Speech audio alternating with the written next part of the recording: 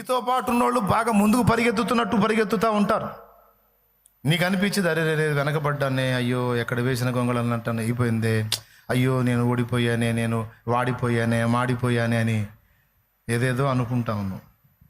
దేవుడే నన్ను ముందుకు పోనీయలేదే, నన్ను ఆపేశాడే, నేను ఇక్కడే అయిపోయానే, అయ్యో నా టైం అంతా పోయింది, అవతల వాళ్ళు మిగిలేశారే, దాటి వెళ్ళిపోయారే, ఓ ఏదేదో అను.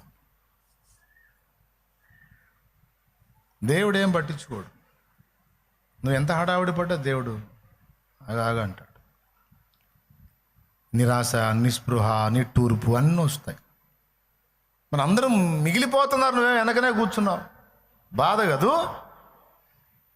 అయినా ఒక్క మాటను ఆధారం చేసుకొని కూర్చున్నావు. దేవుడు ఆగమన్నాడు అంతే, నా రెక్క కింద ఉండి అలాగే నేను చూస్తాను అన్నాడు అంతే. ఆ మాటను ఆధారం చేసుకొని కూర్చున్నావు, ఓకే, అది చాలు నీకు.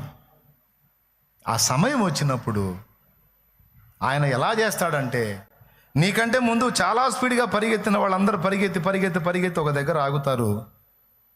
ఇందాక చెప్పానుగా, ఫిలిప్పును గాల్లో లేపి తీసుకెళ్ళి ఆడబెట్టాడని.